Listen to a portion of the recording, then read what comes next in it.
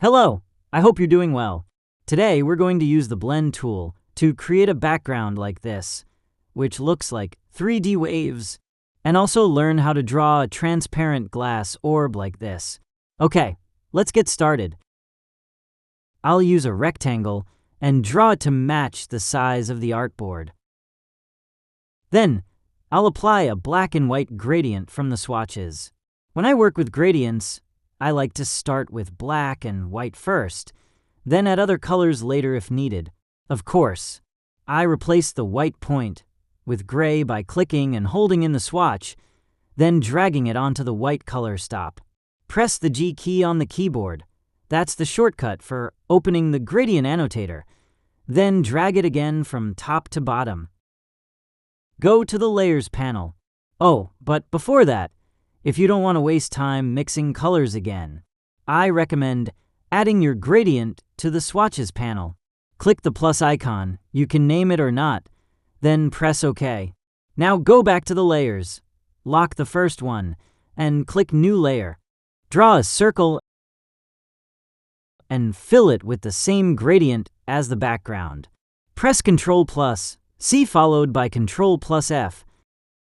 Then scale it down a bit. That's enough. And of course, still using the same color. Repeat the same step.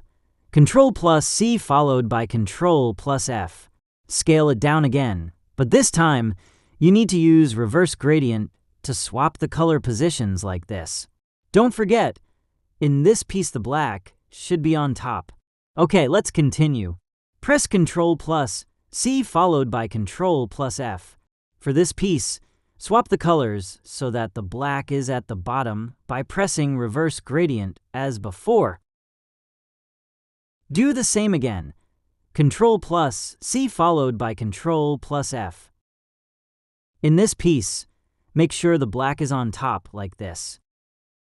In total, there will be 5 pieces.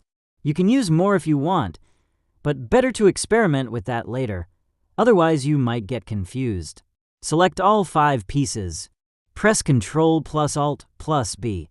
An extra circle will appear, but don't worry about it. Just double-click the Blend tool. Choose Specified Steps. Set it to around 200 and click OK. Click on an empty area to deselect and see the result. Congratulations! But it's not finished yet. Let's keep going. Let me show you in the Layers panel. When you command objects to blend together using the Blend tool, the layer will automatically be renamed to Blend, and inside it you'll find all the objects you blended. You can still select each individual object independently by clicking on it within this layer.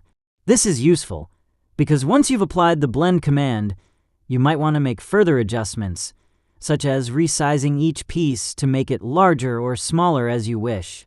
Okay, now select the outermost piece and go to the Transparency panel, then set it to 0%. Wow, you'll see it blends more smoothly with the background, making it look even better. I might adjust the spacing between these 2 pieces to bring them a little closer. See? By selecting directly in the Layers panel, it's much easier. Alright, now let's lock this circle layer and click New Layer.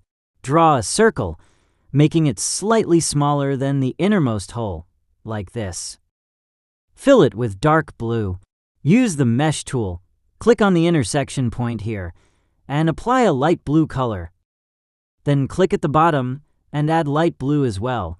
Click around the center area slightly toward the bottom and fill it with the darker color, the same one you used at the beginning. Draw an oval on top and position it like this. Apply a black and white gradient, making sure the white is on top. Then go to the Transparency panel and change the mode to Screen. It will look like a reflection of light on the object. See? Try applying this to your own work. Thank you for watching. Please hit subscribe, and I still have more great graphic design tips to share with everyone. See you in the next video.